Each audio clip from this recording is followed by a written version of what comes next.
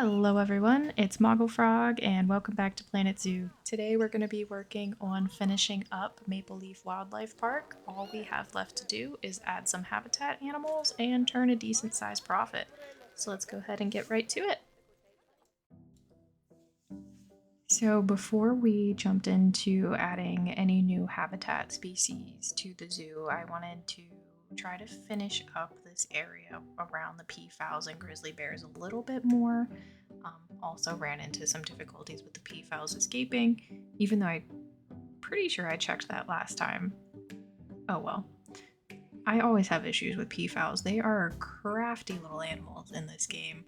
Um, I realized around this point that I don't think I hired a security guard for the zoo to handle like vandalism and things. And now that I'm thinking about it, I don't know that I actually went back and hired one. So probably would continue to be an issue if we weren't wrapping it up in this episode. So these mulch pieces, I love them so much. I usually would take the time to like make them a little more flush. You can see them sticking up in the middle and things like that. But I was just like, you know what? Let's just put it in. It's not really a big deal. We'll finish it up. That's really all we're going for here today. It still looks nice when you're looking overhead. If you get close to it, it doesn't look quite so nice, but that's okay. We didn't want to spend too much time working on leveling all that out.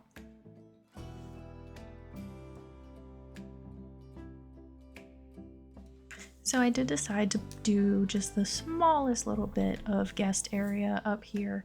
Looking back on it, probably should have threw in a bathroom, but the only things I did up here were a couple vending machines and a little information booth. Most of the guest hub is going to be down in the central area of the zoo, which if it was going to be any bigger than what it is, I would probably do at least one more like big guest hub, but we're not really doing that. The zoo is really just this central location down below, and then you could go left or right up the mountain to see the rest of it. I would definitely, if I were to come back to it, I would definitely put in some sort of transportation that would take you up and around the mountain. It might even be nice even if there's no exhibits up there, just to have like some sort of train or something that goes up that mountain. You can kind of look down upon the whole zoo from there and get from one side to the other, but we probably won't be revisiting it before Planet Zoo 2 comes out. We have so much more campaign to do, and I think if we finish the campaign, and I'm talking just base game campaign, I would like to also do the DLCs, the campaigns that came with those, and there were also timed challenges that came with some of the DLCs. So there's a lot we can do. I don't know that we'll have time to revisit all of these zoos prior to Planet Zoo 2's release, if we can even get them all done. Might be high aspirations, but I'm having so much fun. I'm having so much fun revisiting these zoos. It's been such a great time. It's been great for inspiration. It's definitely scratching the itch without it being like I'm worried I'm gonna like burn out on the game before the second one releases, because it is so like you meet these objectives and then you can move on, and that's just a very nice thing to do right now. I find that sometimes when I'm doing sandbox or franchise and it's like starting from scratch every single time, I start with really high aspirations. I get like so excited to start a new zoo, and then I get about halfway through and I'm like burnt out, or there's nothing coming to me, or I just don't have the motivation to do it. So that's what I'll sometimes when I want to play and I don't have the creative energy to figure something out, I will just come back to career mode. And it scratches the itch. It gives me an opportunity to like experiment a little bit, but it also gives me clear-cut objectives that, all right, we're gonna work to this goal, and then we get to do something different, and that's just refreshing sometimes. So the animals that I planned for these three habitats were the Japanese macaque, the snow leopards, and the timber wolves. I got really excited about the wolves because as of this point, Planet Zoo, I forget if it was, or Planet Zoo Frontier, released some more information about Planet Zoo 2. And one of the comparisons that we can now make is the wolves, and they look so good. I cannot believe how good they look, and it gets me so excited. Just for all of the animals that are going to be returning, and especially these base game animals, to see the glow up that they get, because I'll probably throw in a picture or something, but the wolves just look absolutely incredible.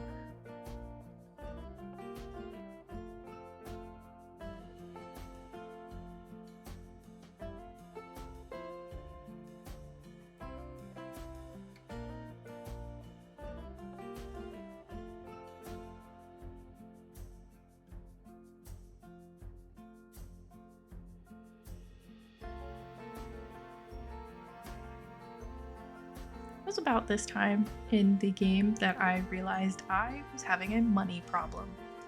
The wolves kept escaping. So I was like, all right, we're going to do a natural barrier because, as I said before, I love natural barriers, which is all well and fine. But it's really expensive. The rocks can add up, and I was starting to have some serious problems with money, and I could not figure out why. So here I am trying to figure it out. I think it came down to the animal feed.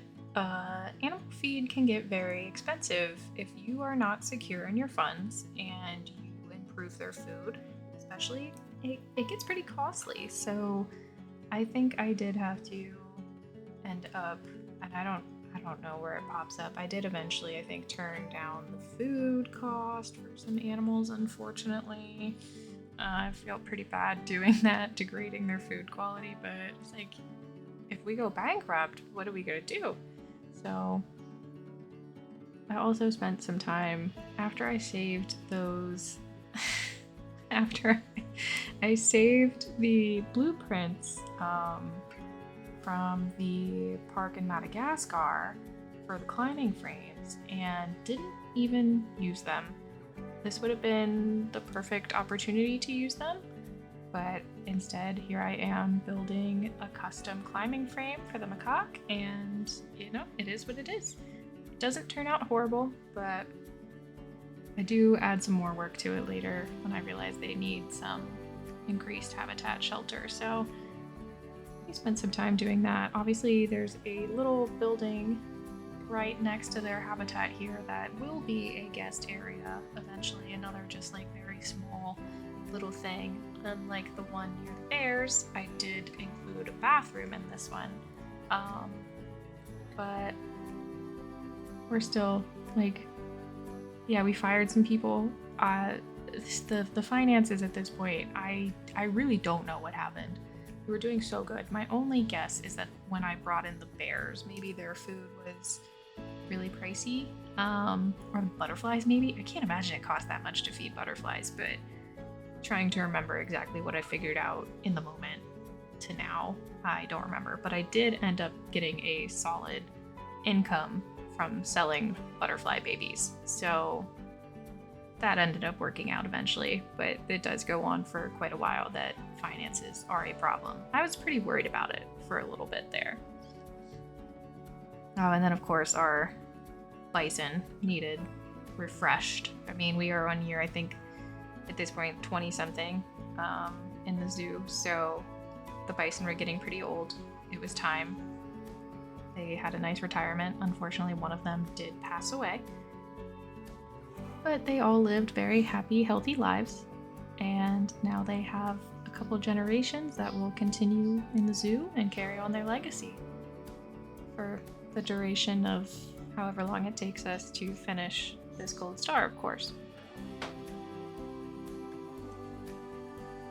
I still don't think that they were fully satisfied with that climbing frame as far as meeting shelter needs, but that's okay.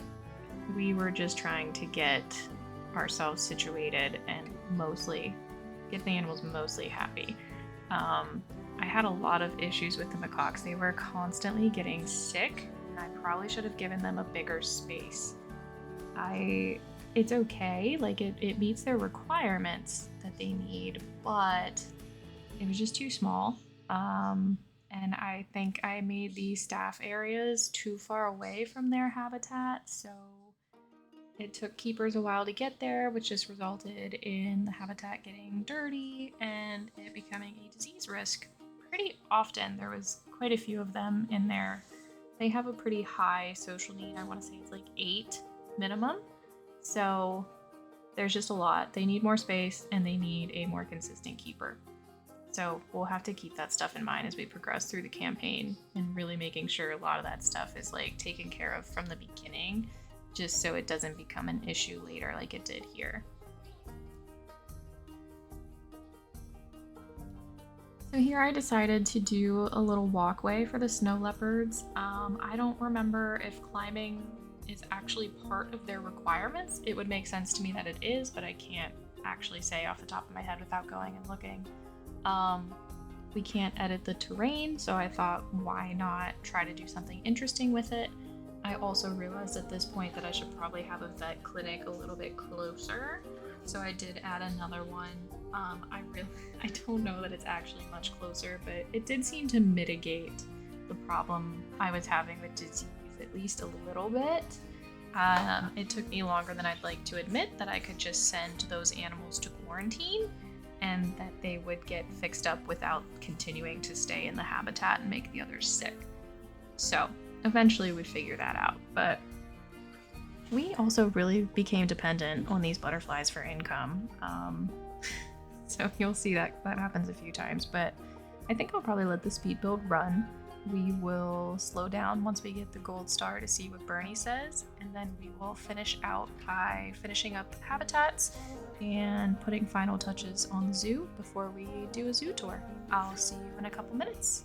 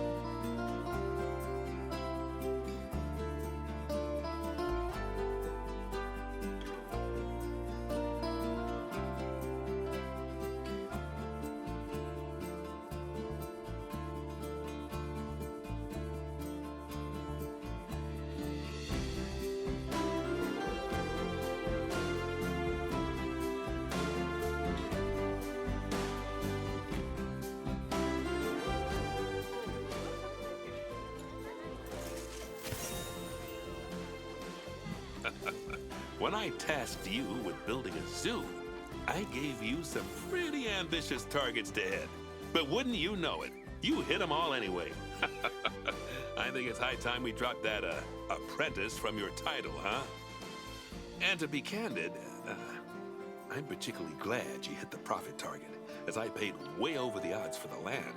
Frankly, the amount I spent per square foot, you'd think I'd bought a penthouse apartment with solid gold toilets. It was worth it, though. Anything to stop the land going to that dreadful hedge fund. Apparently, they wanted to parcel it up and sell it off to various mining and energy consortiums. They're the sort of people who'd squeeze the oil out of the Mona Lisa if they could.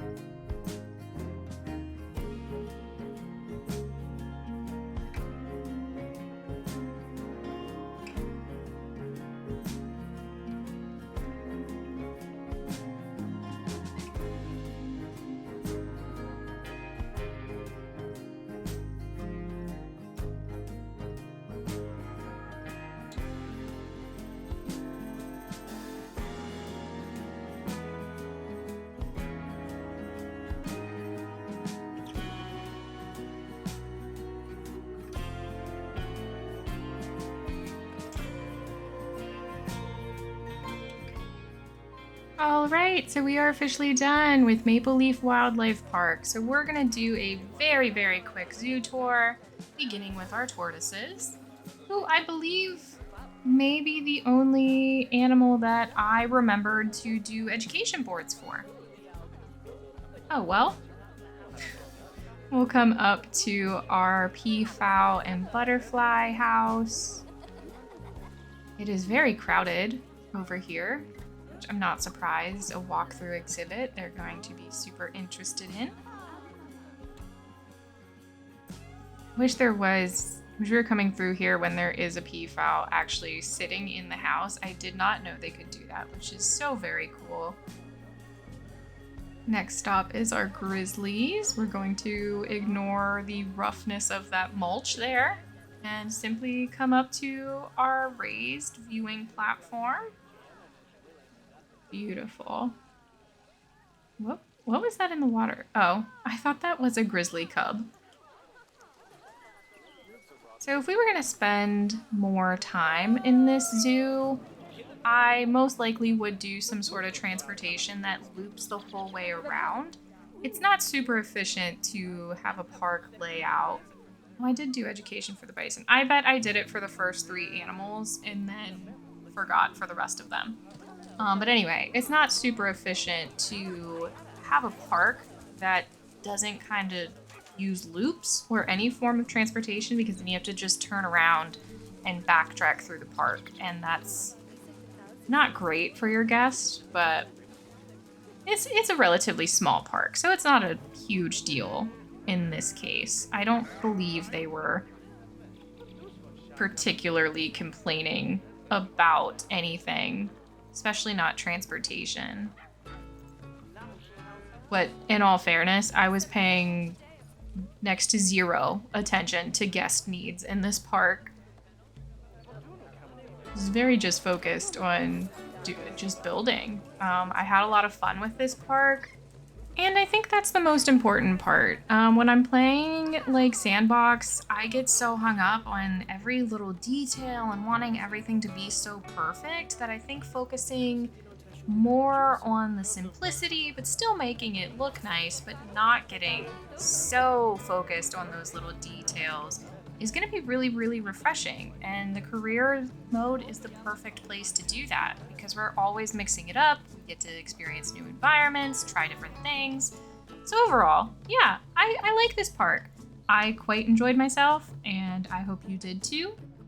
In the next episode, we will begin career scenario number 5, which I'm super excited about. So thank you so much for joining me. I'll catch you later.